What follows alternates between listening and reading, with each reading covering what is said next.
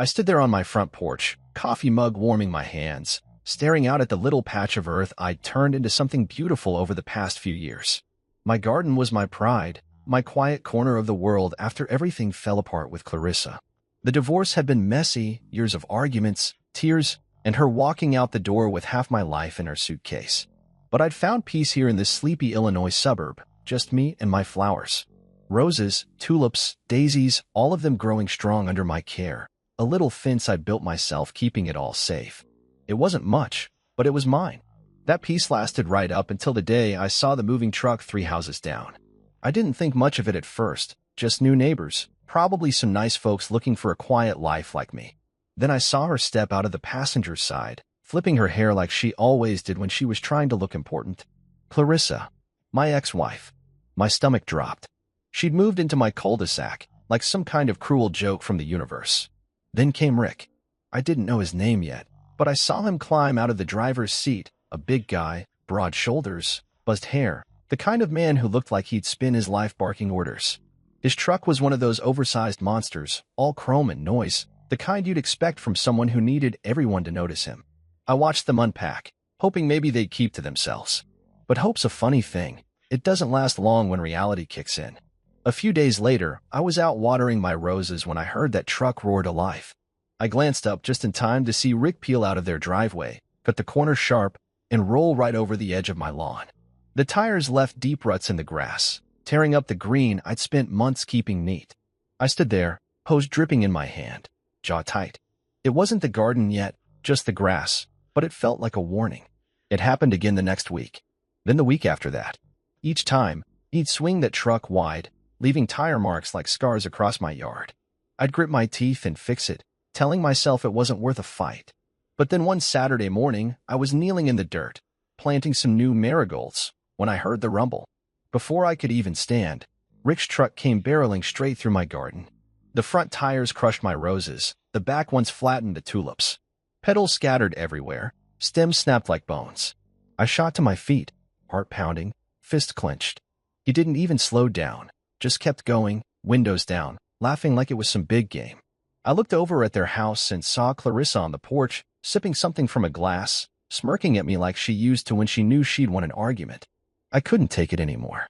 I marched across the street, dirt still on my knees, and stopped at the edge of their driveway.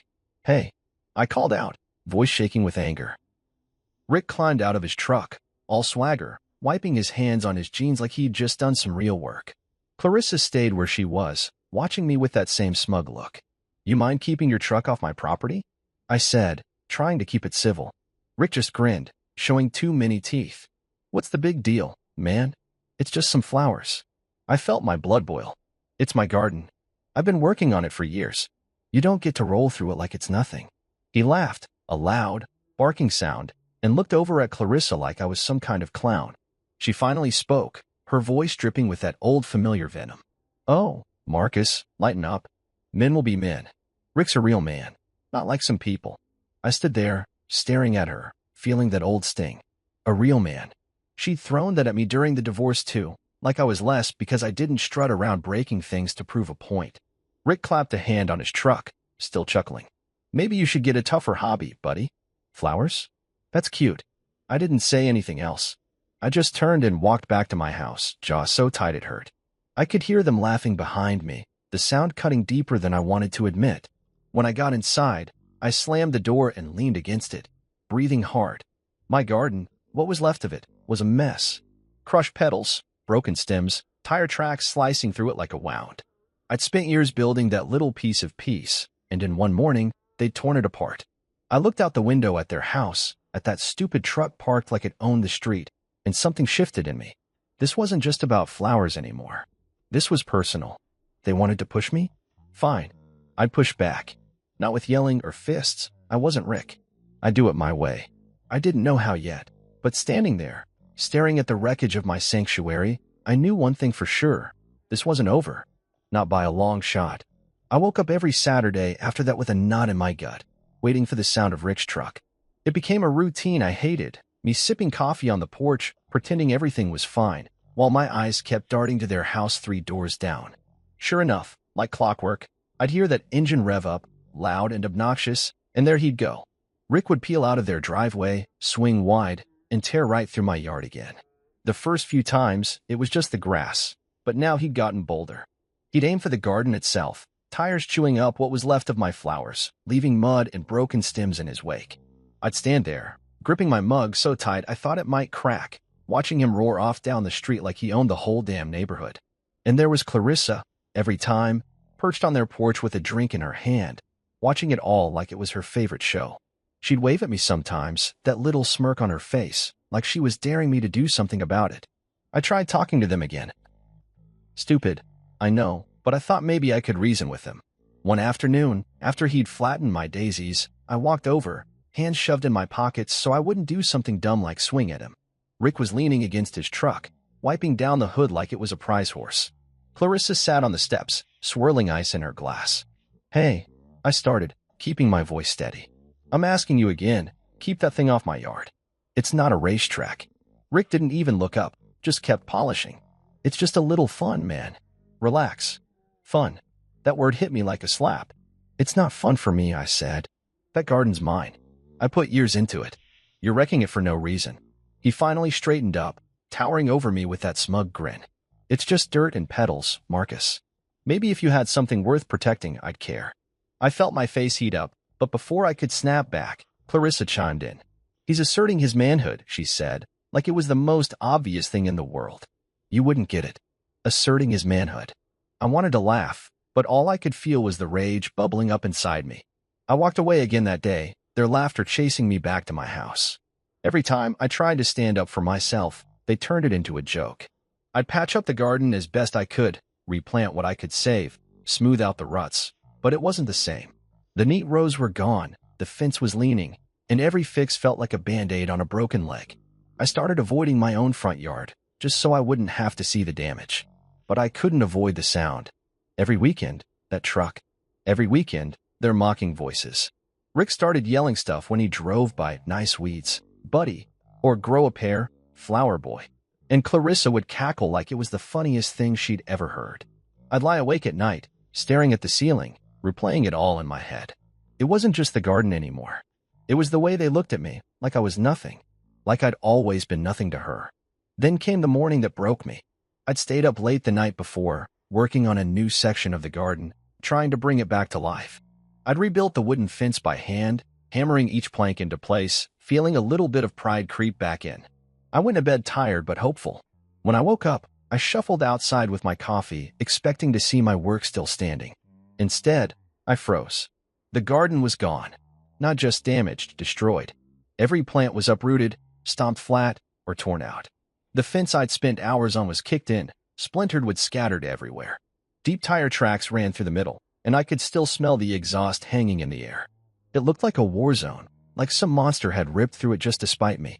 I dropped my mug, coffee splashing on my boots, and just stood there, chest tight, hands shaking. I didn't need to guess who did it. I could hear Rick's truck idling down the street, and when I looked up, there he was, leaning out the window with that same stupid grin. Oops, he called out, then gunned the engine and took off. Clarissa was on the porch again, laughing so hard she nearly spilled her drink. I didn't move for a long time.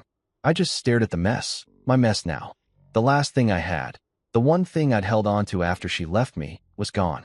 It wasn't just dirt and petals to me.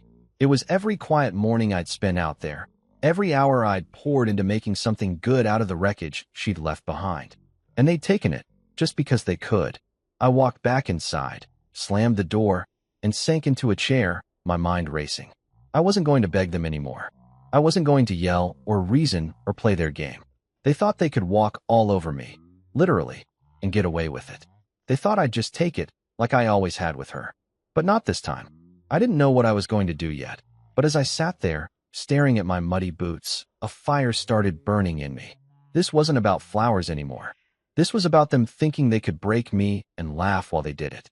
I wasn't broken yet, and I wasn't going to let them win. I'd find a way to make them regret this. I'd make sure of it. I couldn't sleep that night after they trashed my garden. I kept seeing it every time I closed my eyes. The smashed flowers, the broken fence, the tire tracks cutting through it all like a knife. I lay in bed, staring at the ceiling, my mind spinning with anger and something else, something sharper. I wasn't just going to fix it this time. I wasn't going to let Rick and Clarissa keep laughing at me like I was some pushover they could stomp on whenever they felt like it. By the time the sun came up, I'd made up my mind. I needed a plan, something smart, something that'd hit them where it hurt without me ever throwing a punch. I didn't have Rick's size or Clarissa's venom, but I had my head, and I was going to use it. I grabbed my phone and scrolled through my contacts until I found Cal Benton's name. If anyone could help me pull this off, it was him. Cal was an old friend from way back, before Clarissa, before the divorce, when life was simpler. He lived out in the sticks now, a farmer with a knack for tinkering. He'd built all kinds of weird stuff over the years, contraptions for his crops, gadgets to scare off crows, even a little robot dog once, just for laughs. I hadn't talked to him in a while, but he owed me a favor from a few summers ago when I'd helped him haul hay after his truck broke down. I dialed his number, pacing my kitchen, the wrecked garden glaring at me through the window. "Marcus Shaw, you old dog," Cal answered, his voice rough and cheerful. "What's got you calling me at the crack of dawn?" I didn't waste time. "I need your help, Cal. My ex-wife's new husband's been tearing up my yard, and I'm done taking it. I want to set something up. Something to stop him cold." There was a pause, then a low chuckle. "Sounds like a man's crossed a line. Tell me what you're thinking." I laid it out. How Rick kept driving through my garden, how Clarissa egged him on, how they destroyed everything I'd built. Cal listened, grunting now and then, and when I finished, he didn't hesitate. "I've got just the thing," he said. "You ever hear of a perimeter mat? Farmers use 'em to keep cows from wandering. Low voltage, won't kill anybody, but it'll make 'em wish they'd stayed home. I've got one I can tweak for you." My ears perked up. "What else you got?" He laughed again. "How about motion sprinklers? Freezing cold water hits 'em the second they step where they shouldn't. And, oh, you'll love this, a motion speaker. I rigged one up with a sound that'll scare the devil himself. Part demon, part hellhound, loud as sin. They'll think the gates of hell opened up." I could feel a grin creeping across my face. "That's perfect, Cal. Can you get it to me quick? Give me a day to round it up," he said. "I'll drop it off tomorrow. You owe me a beer after this, though." "Deal," I said, already feeling lighter than I had in weeks. Cal showed up the next afternoon, his beat-up truck rattling into my driveway. He climbed out, wiry and sunburned, hauling a box of gear that clinked and rattled. "Here's your revenge kit," he said, setting it down with a thud. He walked me through it. The mat was a thin, rubbery thing I could bury under a layer of dirt, wired to a little battery pack. The sprinklers were small but tough, easy to hide in the flower beds. And the speaker, he hooked it up to his phone and played the sound for me. It was a deep, guttural roar, like something out of a nightmare, loud enough to wake the whole street. "They'll crap their pants," Cal said, grinning. I nodded, picturing Rick's smug face turning to panic. "Let's hope so." We spent the rest of the day setting it up. I dug shallow trenches along the edge of my yard, laid the mat down, and covered it with soil so it looked like nothing was there. The sprinklers went in next, tucked behind what was left of my plants, aimed right at the path Rick always took. The speaker I hid under the porch, angled so the sound would blast out toward the street. Cal wired it all to motion sensors, step on the mat, and the whole show would start. I added one more thing, my old security cameras. I'd bought them cheap a while back, mostly to watch for package thieves, but now they'd be my eyes. I mounted one on the porch, another by the garage, both aimed at the yard. If Rick tried anything, I'd have proof. By the time we finished, the sun was setting, and my little house looked normal again, except now it was a trap, waiting to spring. Cal clapped me on the shoulder. "You're a patient man, Marcus, but even patient men got limits. This'll teach him." I thanked him, handed him a cold beer from the fridge, and sent him on his way. Then I went inside, grabbed a fresh mug of coffee, and settled into a chair by the window. It was dark out, the street quiet, but I wasn't going to bed. I wanted to be awake when Rick made his next move. I knew he'd come. Weekends were his time to shine, and he wouldn't be able to resist tearing through my yard again, especially after wrecking it so bad. I sat there, sipping my coffee, the bitterness matching the fire in my chest. Every creak of the house, every rustle outside, had me on edge. I kept imagining it. His truck rolling up, the tires hitting the mat, the chaos that'd follow. I wasn't a violent guy, never had been. But this wasn't about violence. This was about taking back what was mine, about showing them I wasn't the weak little man they thought I was. My garden was gone, sure, but my pride wasn't. I glanced at the cameras on my phone. their little green lights blinking in the dark. Everything was ready. All I had to do was wait. And as the night stretched on, that wait turned into something satisfying, like the calm before a storm you know is coming. They'd pushed me too far, and now they were going to find out what happens when I push back. I'd been sitting by the window for hours, the coffee in my mug long gone cold, when I finally saw it. Headlights cutting through the dark. It was 2 a.m., the street dead quiet except for the low growl of Rick's truck creeping closer. My heart started pounding, not out of fear, but something else. Anticipation, maybe even excitement. I'd spent all day setting up my trap with Cal, and now it was time to see if it worked. I leaned forward, peering through the blinds, watching that oversized beast of a vehicle roll down the cul-de-sac. Rick didn't even try to be subtle. He swung wide, just like always, aiming straight for my yard. I held my breath as the front tires crossed the line, hitting the spot where I'd buried the mat. Then it happened, zap. A sharp crackle split the air, faint but unmistakable, and the truck jerked like it had hit a wall. Rick's voice cut through the night, a high-pitched yelp that didn't match his big man swagger at all. Before he could figure out what was going on, the sprinklers kicked in. I'd aimed them just right, and now they blasted freezing water straight at his truck, spraying through the open windows. I could hear him cursing, loud and frantic, as the cold hit him. The demon roar came next. Cal's speaker let loose that ungodly sound, a deep, guttural howl that echoed off the houses like some monster had clawed its way out of hell. It was louder than I'd expected, rattling my windows, and I saw Rick's truck swerve hard, tires spinning in the wet dirt. He was yelling something I couldn't make out, probably swearing up a storm, and I couldn't help it. I grinned. The chaos was beautiful. Mud flew everywhere as he tried to peel out, the truck fishtailing like a panicked animal. Then I saw movement at their house. Clarissa came stumbling out onto the porch, wrapped in a robe, her hair a mess. She must have heard the noise and figured Rick needed her. She took 2 steps off the porch, barefoot, and hit the mat herself, a zap. She screamed, a wild, shrieking sound, hopping around like she'd stepped on a live wire. "Rick, what the hell is this?" she hollered, her voice cracking as the sprinklers caught her too, soaking her from head to toe. I couldn't stay inside anymore. I grabbed my jacket, slipped on my boots, and stepped out onto the porch, keeping my face calm like I'd just woken up to check on the commotion. The scene in front of me was better than I'd dreamed. Rick was half out of his truck, one leg stuck in the mud, water dripping off his buzzed head, his shirt plastered to his chest. Clarissa was a soggy mess, clutching her robe, shivering and glaring at everything like the world had personally betrayed her. The roar had stopped, the speaker was on a timer, but the sprinklers kept going, spitting icy water in little bursts. I crossed my arms and leaned against the railing, letting the silence settle for a second before I spoke. "Problems?" I said, keeping my voice even, like I was just a concerned neighbor. Rick whipped his head around, his face red and furious, but he didn't say anything right away. He was too busy trying to yank his boot out of the muck. Clarissa, though, she didn't miss a beat. She stormed toward me, slipping a little on the wet grass, pointing a dripping finger in my face. "What did you do, Marcus? This is insane. We're calling the police." I didn't flinch. I'd been waiting for that threat, and I was ready. "Please do," I said, meeting her eyes. "I've got security footage of you two destroying my property for weeks. Cops might like to see it." That stopped her cold. Her mouth opened, then shut, and I could see the gears turning behind those angry eyes. Rick finally got free of the mud and stomped over, his fists balled up like he wanted to take a swing. "You think you're smart, huh?"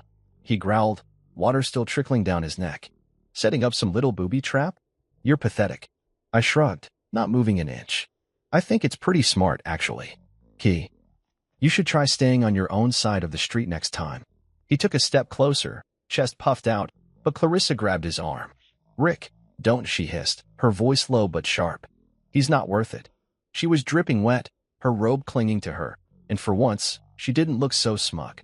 They stood there, glaring at me, and I just stared back, feeling something I hadn't felt in a long time: control. The cameras were rolling, the trap had worked, and for the first time since they'd moved in, I wasn't the one on the defensive. Rick muttered something under his breath, probably a curse, and turned back to his truck, kicking at the mud like it had personally offended him. Clarissa gave me one last venomous look before she followed, her slippers squishing with every step. "This isn't over," she called over her shoulder, but it sounded hollow, like she wasn't so sure anymore. I watched them go, the truck limping back to their driveway, leaving a trail of water and defeat. I stayed on the porch a while longer, letting the night air cool me down, the sprinklers finally clicking off behind me. The yard was a mess again, mud and tire marks, but it didn't matter. This wasn't about the garden tonight. This was about showing them I wasn't going to roll over anymore. I went back inside, locked the door, and pulled up the camera footage on my phone. There it was, clear as day, Rick driving in, the mat zapping him, the sprinklers soaking him, Clarissa's little dance when she hit the trap too. I saved it all, every second, and leaned back in my chair. They could call the cops if they wanted. I'd love to see them try to explain this. For now, though, I'd won. Not the war, maybe, but this battle? This one was mine. I set the phone down, poured myself a fresh cup of coffee, and sat there in the quiet, savoring the taste of it. The night wasn't over yet, and neither was this fight, but for the first time in weeks, I felt like I was the one holding the cards. Let them come at me again. I'd be ready. I woke up the next morning feeling lighter than I had in weeks, the memory of Rick and Clarissa flailing in my trap still fresh in my mind. I'd slept hard, the kind of sleep you get when you know you've landed a good punch, even if it wasn't with my fists. The sun was just creeping over the rooftops as I stepped onto the porch with my coffee, expecting to see the muddy mess from last night. It was there, sure, tire tracks and puddles, but something else caught my eye. Rick's truck was parked crooked in their driveway, still streaked with dirt, and I could see him through their front window, pacing back and forth like a caged bear. Clarissa was nowhere in sight, probably still fuming in her soggy robe. I smirked into my mug. They'd threatened to call the cops, but the street was quiet, no sirens, no flashing lights. They backed off, at least for now. I didn't have long to enjoy it, though. Around noon, a car pulled up in front of my house. A sleek black sedan, the kind that screams lawyer or bill collector. A guy in a cheap suit stepped out, clipboard in hand, and marched up my walkway. I met him at the door before he could knock. "Marcus Shaw?" he asked, voice flat. "That's me," I said, keeping my tone easy. He handed me a piece of paper, official looking with a bunch of legal gibberish typed across it. "Cease and desist order," he said. "From Richard Dalton. Says you're harassing him with dangerous devices on your property. You've got 24 hours to remove them, or he's filing charges." I took the paper, glancing at the words, trespass, liability, damages. Rick's name was scrawled at the bottom in a big, sloppy signature. I almost laughed. "Thanks," I told the guy, and he nodded, turned, and left without another word. I shut the door and read it over, my good mood souring. Harassment? Dangerous devices?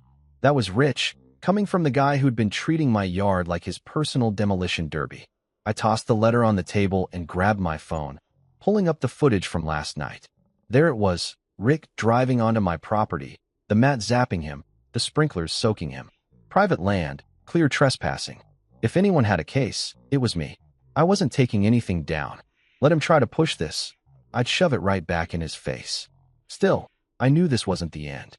Rick didn't strike me as the type to let a little zap and some water stop him, and Clarissa was too stubborn to let me have the last word.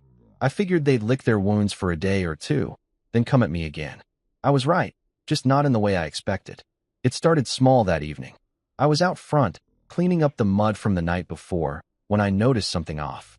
A couple of ketchup packets were stuck to one of my garden gnomes, the kind you get from fast food joints, smeared red across its little hat. I frowned, picked them up, and tossed them in the trash, thinking maybe some kid had dropped them. Then, the next morning, I found empty beer cans jammed into what was left of my flower beds, 3 of them, crumpled and stinking of stale booze. I stood there, hands on my hips, staring at them. This wasn't random. Kids don't sneak around planting cans like that. I checked the cameras. Nothing clear, just shadows moving in the dark, too far off to make out a face. My gut told me it was Rick, though. He wasn't dumb enough to drive through again, not after last night. But this was petty enough to be him. It got worse over the next few days. One night, I came home from the hardware store to find garbage scattered across my lawn. Banana peels, coffee grounds, some wrappers, like someone had emptied a trash bag and run off. The next morning, I stepped outside and gagged. Someone had dumped a pile of used cat litter right by my porch steps. The smell hit me like a punch, sour and sharp, and I had to grab a shovel to scoop it into a bag before I could even get to my mailbox. I checked the cameras again. Still nothing solid, just a flicker of movement near the edge of the frame. Whoever it was knew where the blind spots were, and that made my blood run hot. Rick had been watching, figuring out how to dodge my setup. I could picture him snickering about it, Clarissa egging him on with that smirk of hers, thinking they'd found a new way to get under my skin. I wasn't wrong about them brooding, either. Every time I saw Rick outside, he'd glare at me across the street, his jaw tight, his big shoulders hunched like he was holding himself back. Clarissa kept her distance, but I'd catch her on their porch sometimes, staring at my house with those cold eyes, sipping her drink like she was plotting. They weren't yelling anymore, weren't mocking me to my face, but this quiet revenge was worse. It was sneaky, dirty, and it made me feel like my little victory last night hadn't meant a damn thing. I'd humiliated them, sure, but now they were hitting back in ways I couldn't prove. I spent hours cleaning up their messes, scrubbing ketchup off my gnomes, hauling trash to the curb, and every time I did, I felt that fire in my chest flare up again. The cease and desist letter sat on my table, mocking me too. Rick pretending he was the victim while he turned my yard into his dumping ground. I sat down that night with another coffee, staring out at the dark street, my mind racing. The trap had worked once, but it wasn't enough. They'd found a way around it, and I couldn't just sit here taking it. I needed to catch them, really catch them, with something the cameras couldn't miss. Something that'd stick, something they couldn't wiggle out of. I didn't know how yet, but as I watched their house, lights flickering behind their curtains, I knew one thing for sure. The worst was still coming. They weren't done with me, and I wasn't done with them. This was a game now, and I was going to play it better.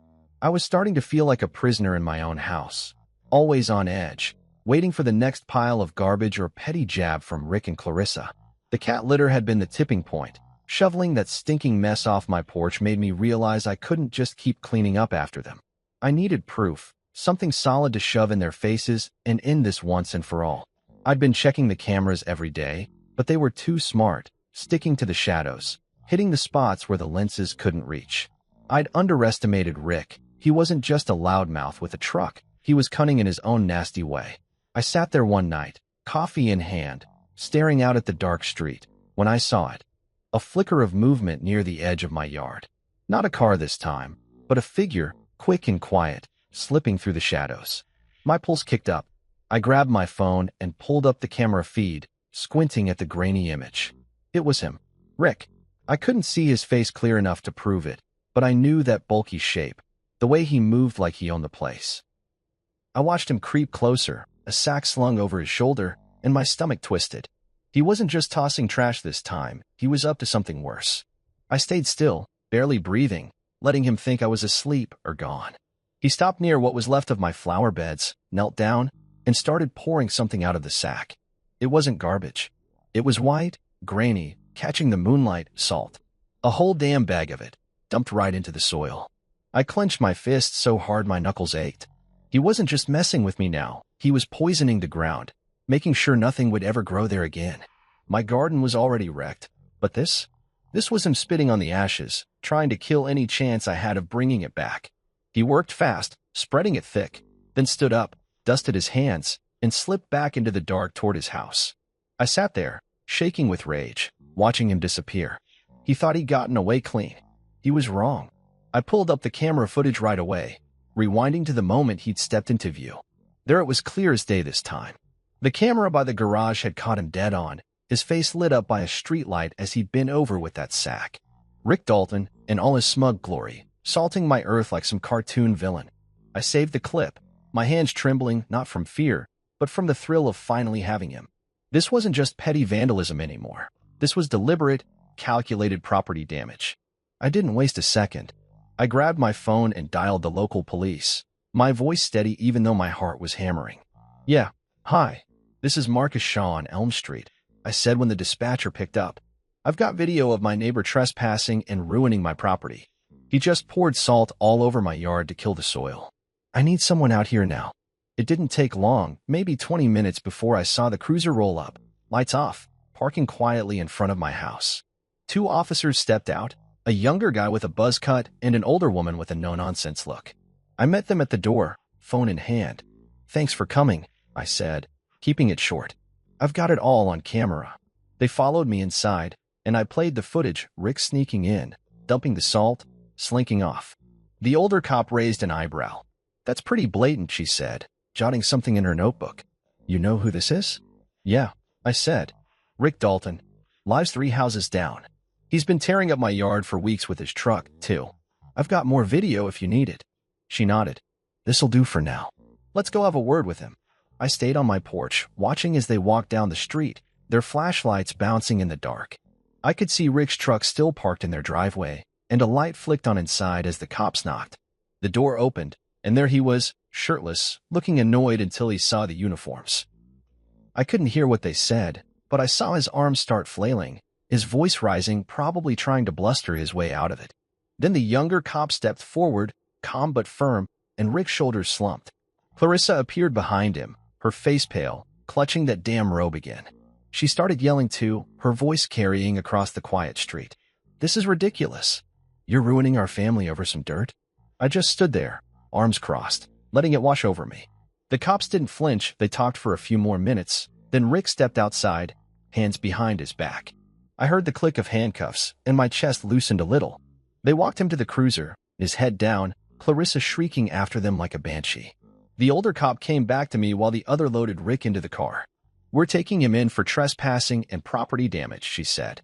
"That video's solid. You want to press charges?"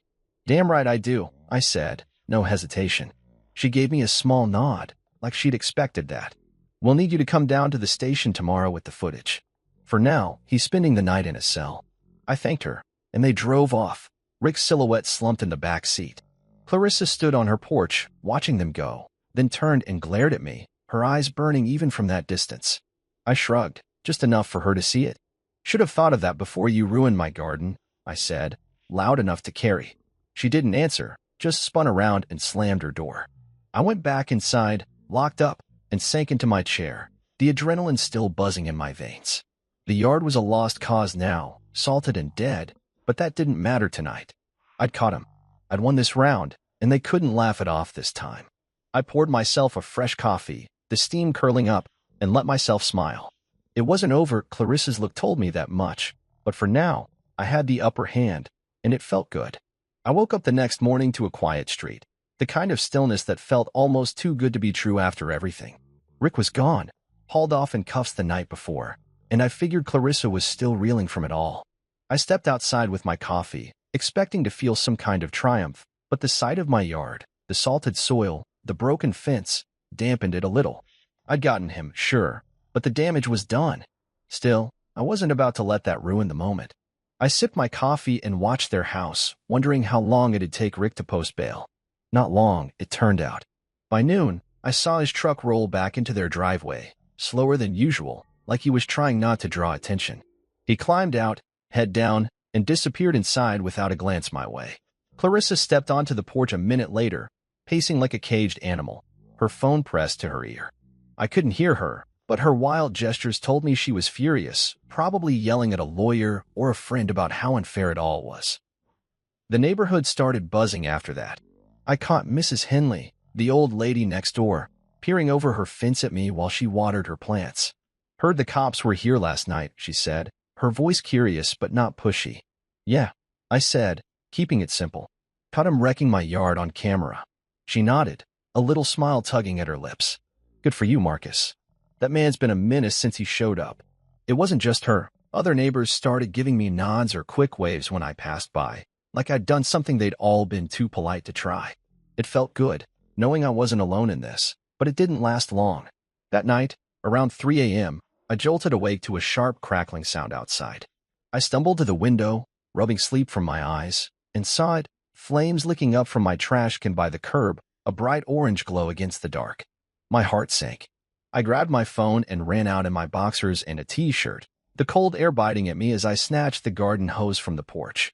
The fire wasn't big, mostly paper and leaves, but the smell of burning plastic hit me hard as I sprayed it down. The can was half melted by the time I got the flames out, a charred mess dripping onto the pavement. I stood there, hose dripping in my hand, breathing fast, the wet grass soaking my bare feet. This wasn't an accident. Someone had lit it, and I didn't need 3 guesses to figure out who. I glanced at their house, dark, quiet, no sign of life, but I knew. Rick might have been licking his wounds, but Clarissa? She was a different kind of mad, the kind that didn't stop. I trudged back inside, soaked and shivering, and pulled up the camera footage. My stomach twisted as I watched a hooded figure, quick and careful, slipping up to the kin with a lighter in hand. The angle was off, the face shadowed, but I recognized her shape, the way she moved. Clarissa. She'd stayed just out of the clear frame, dodging the spots where the cameras could nail her. Smart. Too smart. I sat there, staring at the screen, the anger building slow and steady. She'd gone too far now. Arson wasn't a prank, wasn't petty trash tossing. This was dangerous, and I couldn't let it slide. But the footage wasn't enough, not yet. The cops would call it circumstantial, and she'd wiggle out of it with that smug grin of hers. I needed more, something airtight, but I didn't know how to get it. I spent the next day cleaning up the mess, hauling the ruined can to the garage, my mind racing. Rick stayed out of sight, probably under orders to lay low after his arrest, but Clarissa was everywhere, pacing her porch, glaring at me whenever I stepped outside, her eyes like daggers. The neighbors kept their distance now, whispering among themselves, and I could feel the tension creeping up the street. This wasn't over, not by a long shot. I started double-checking the cameras every night, tweaking their angles, hoping to catch her if she tried again. I even set the sprinklers back up, just in case Rick got bold, but it was Clarissa I was worried about now. She was unhinged, wilder than I'd ever seen her, even during the divorce. I'd humiliated her precious Rick, and she wasn't going to let that go. I barely slept, jumping at every sound, my coffee going cold as I sat by the window, watching, waiting. I was ready for a long game. She'd slip up eventually, and I'd be there when she did. But then, out of nowhere, help came knocking. It was late afternoon, the sun dipping low, when I heard a tap on my door. I opened it to find Brielle Knox, the teenage girl from 2 houses over, standing there with her hands in her pockets. She was a quiet kid, always fiddling with that drone of hers, and I'd never talked to her much beyond a wave hello. "Hey, Mr. Shaw," she said, shifting her weight. "I, saw what happened with your trash can, and I know who did it." I blinked, caught off guard. "What do you mean?" She glanced over her shoulder, then back at me. "I've got drone footage." Caught her lighting it. "Clarissa. She egged my dog's crate last week, and I've been watching her ever since. I'm done with her crap." My jaw dropped. "You've got video?" She nodded, pulling out her phone. Clear as day. "Want it?" I grinned, wider than I had in weeks. "Brielle, you just became my favorite neighbor." She smirked a little, and I knew right then, this was the break I'd been waiting for. Clarissa was done. I stood there on my porch, still reeling from Brielle's visit, my mind buzzing with what she'd just handed me.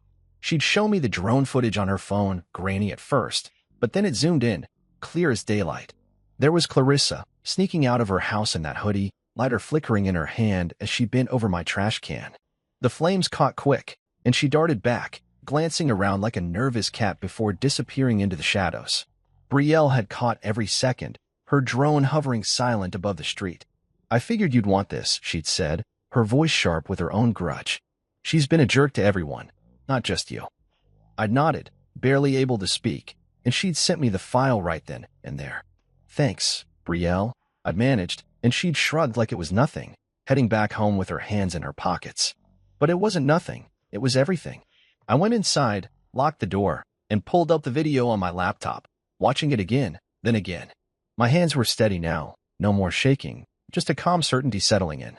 This wasn't like the camera footage of Rick, blurry and arguable. This was her face, her movements, undeniable. Arson. She crossed a line she couldn't walk back from, and I had her dead to rights. I burned the video to a USB drive, grabbed my jacket, and headed to the police station that afternoon. The same older cop from Rick's arrest was there, her badge reading Officer Grant. She looked up from her desk as I walked in, raising an eyebrow.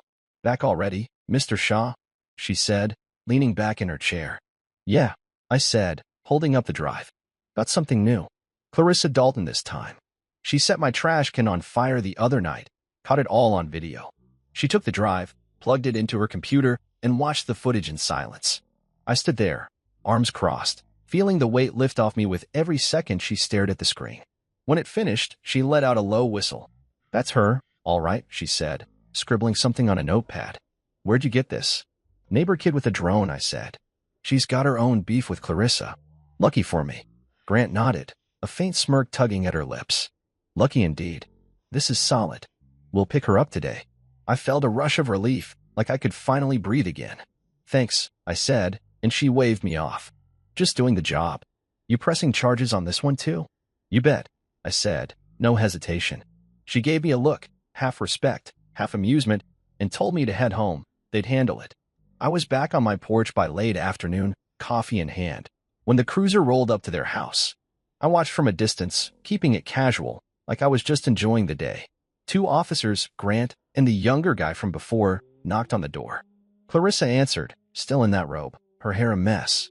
I couldn't hear the words, but her arms started flailing, her voice rising sharp and loud. This is insane. You can't do this, she shouted, loud enough for me to catch it. Grant stayed calm, saying something I couldn't make out, and then the younger cop stepped forward, cuffs in hand. Clarissa froze, her mouth open, then tried to back inside. They didn't let her. Grant grabbed her arm, gentle but firm, and turned her around. The cuffs clicked, and she started yelling again, a string of curses and pleas that echoed down the street. Rick came barreling out then, his face red, fist clenched.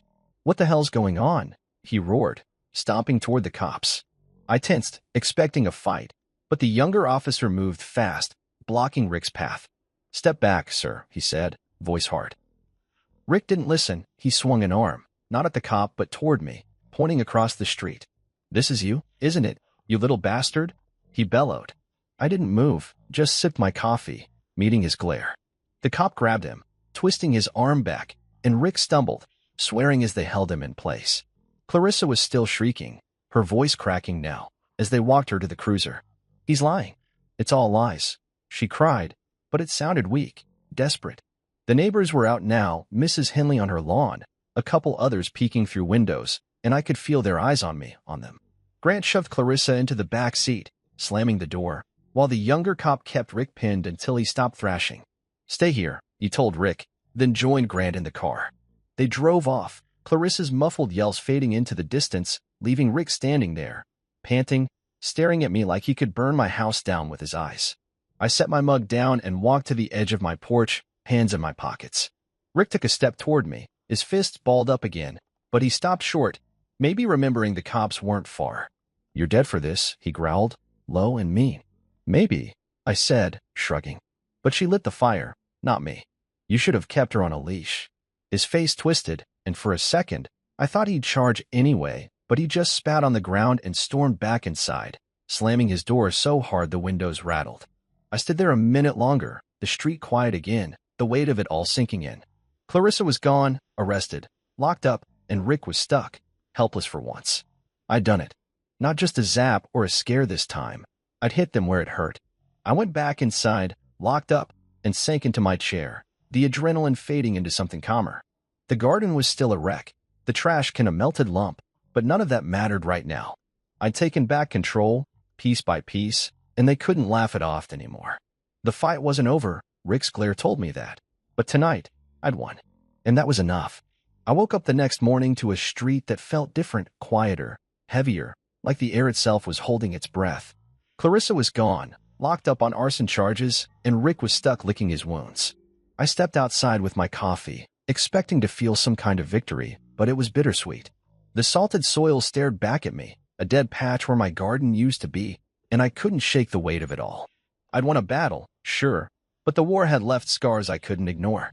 I sipped my coffee and watched their house, the curtains drawn tight, no sign of life. Rick's truck sat in the driveway, still streaked with mud from that night I'd zapped him, and I wondered how long he'd stay quiet. Not long. I figured he wasn't the type to let this go, not with Clarissa behind bars because of me. The neighborhood had shifted too. Mrs.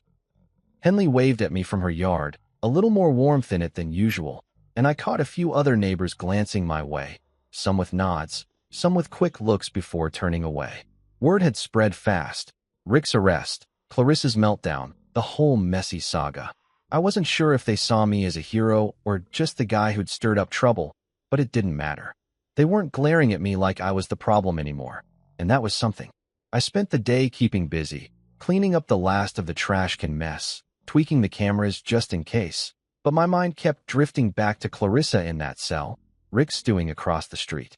She'd be out eventually, on bail or probation. And then what? I wasn't naive enough to think this was the end. Weeks passed, slow and tense. Clarissa came back one afternoon, a cab dropping her off in front of their house. I watched from my window as she climbed out, her face hard and cold, no robe this time, just jeans and a jacket, her hair pulled back tight.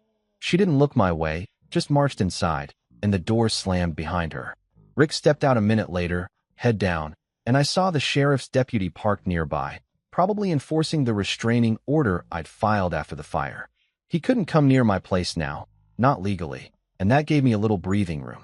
But the silence from their house wasn't peace. It was a storm brewing, and I could feel it in my bones. They didn't go out much after that. No porch drinks, no loud truck revving, just a cold, bitter quiet that hung over the cul-de-sac like a fog. Then one night, it broke. I was out front, checking the mail under the streetlights, when I heard footsteps, heavy, deliberate. I turned, and there was Rick, stomping across the street, his face twisted with something dark.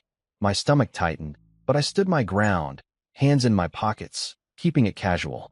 He stopped a few feet away, just outside the line the restraining order set, his fists clenched so tight I could see the veins popping. "You happy now?" he growled, his voice low and rough. "You destroyed us, you smug little prick." I looked at him, his buzzed hair glinting under the light, his eyes wild, and I felt a flicker of something. Pity, maybe, but not enough to soften me. "I didn't destroy anything," I said, keeping my tone even. "You two did that yourselves. Driving through my yard, salting my garden, setting fires, that's on you." He took a step closer, testing the line, and I tensed, ready to call the cops if he crossed it. "You think you're so smart," he spat. "Putting her in jail, ruining everything. We're the laughingstock of this damn street because of you." I shrugged, not taking my eyes off him. "Maybe you should have thought about that before you trashed my life." "I didn't start this, Rick." He opened his mouth, probably to yell, but then something stopped him, a voice, sharp and young, cutting through the dark. "Leave him alone." I turned, surprised, and saw Aiden, Clarissa's 14-year-old son from her first marriage, stepping out from their driveway. I hadn't seen much of him since they moved in, just a quiet kid who kept to himself, usually glued to his phone or kicking a ball in their backyard.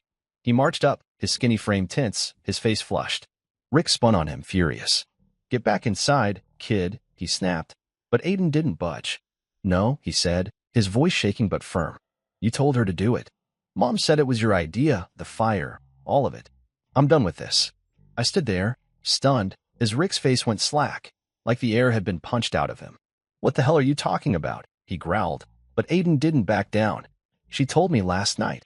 You pushed her to mess with him, to get back at him." "I heard you." Rick took a step toward him, hand raised like he might grab him, but Aiden flinched away, turning to me instead. "I'm sorry, Mr. Shaw," he said, his voice cracking. "I thought it was just a joke at first, the truck stuff, but it wasn't. I didn't know it'd get this bad." I didn't know what to say, my throat felt tight, caught off guard by this kid standing there, spilling it all. "It's okay, Aiden," I managed. "Takes a lot to say that."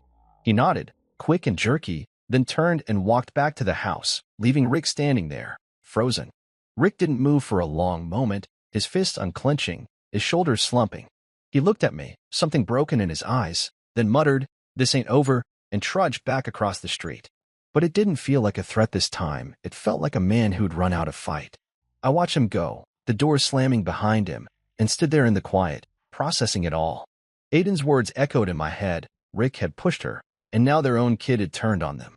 Their reputation was shot, their family cracking, and I hadn't even had to lift a finger this time. I went back inside, locked up, and sat down with my coffee, the night settling around me. It wasn't joy I felt, not exactly. It was something closer to relief, mixed with a strange ache I couldn't name. They were breaking, and I'd helped make it happen. That was enough for now. I woke up to a morning that felt lighter than any I could remember since Clarissa and Rick moved in. The sun was out, casting long shadows across the street, and their house sat quiet, no truck rumbling, no porch pacing, just stillness. I stepped outside with my coffee, the air crisp with that early fall bite, and looked at my yard. The salted patch was still there, an ugly scar where my garden used to bloom, but it didn't sting as much today. I'd heard through the neighborhood grapevine, Mrs. Henley's whispers mostly, that Clarissa and Rick were packing up. The for sale sign went up a week after Aiden's blow-up, and by the end of summer, they were gone. No big goodbye, no last stand. Just a moving truck one night and an empty house the next morning. I stood there, sipping my coffee, staring at the blank windows across the street, and felt something settle in me. Not triumph, exactly, but a kind of peace I hadn't had in months.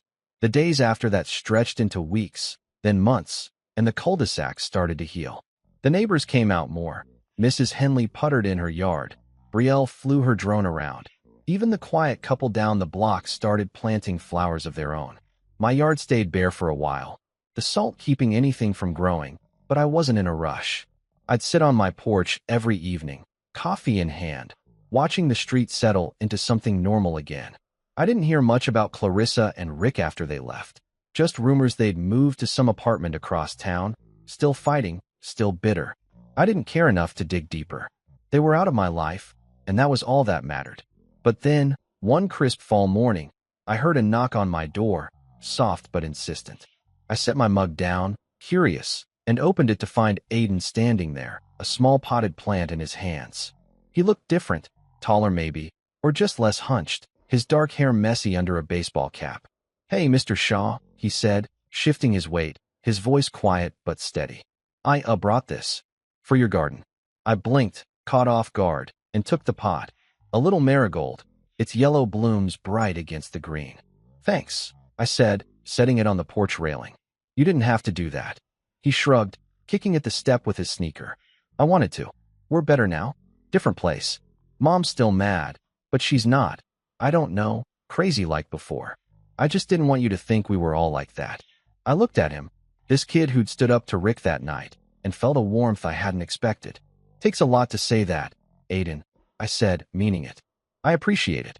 He nodded, quick and awkward, then mumbled a goodbye and headed off, his hands shoved in his pockets as he disappeared down the street.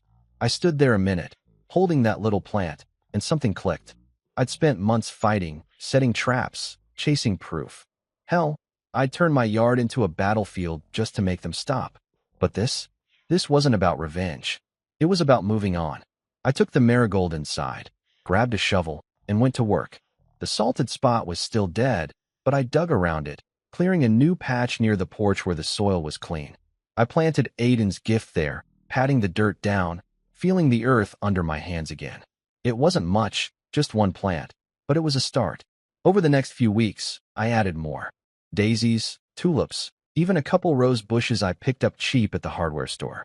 The neighbors noticed. Mrs. Henley brought me some cuttings from her yard, and Brielle started swinging by with her dog, a scruffy mutt named Rusty, to check my progress. "Looks good, Mr. Shaw," she'd say, her drone buzzing overhead, and I'd nod, wiping sweat off my brow. The garden came back slow, piece by piece, and with it, the street felt alive again. I'd sit out there every evening, coffee steaming in the cool air, watching the flowers catch the last light of day. The tire tracks faded, the broken fence got rebuilt, stronger this time, and that salted patch started to soften, grass creeping in where nothing used to grow. It wasn't the same as before, couldn't be, not after everything, but it was mine again, and that was enough. Brielle became a regular visitor, her dog flopping in my yard while she told me about school or her latest drone tricks. "Caught a raccoon on video last night," she'd say, grinning, and I'd laugh, feeling lighter than I had in years. Mrs. Henley started calling me over for tea sometimes, and I'd go, listening to her ramble about her grandkids, the quiet settling into something comfortable.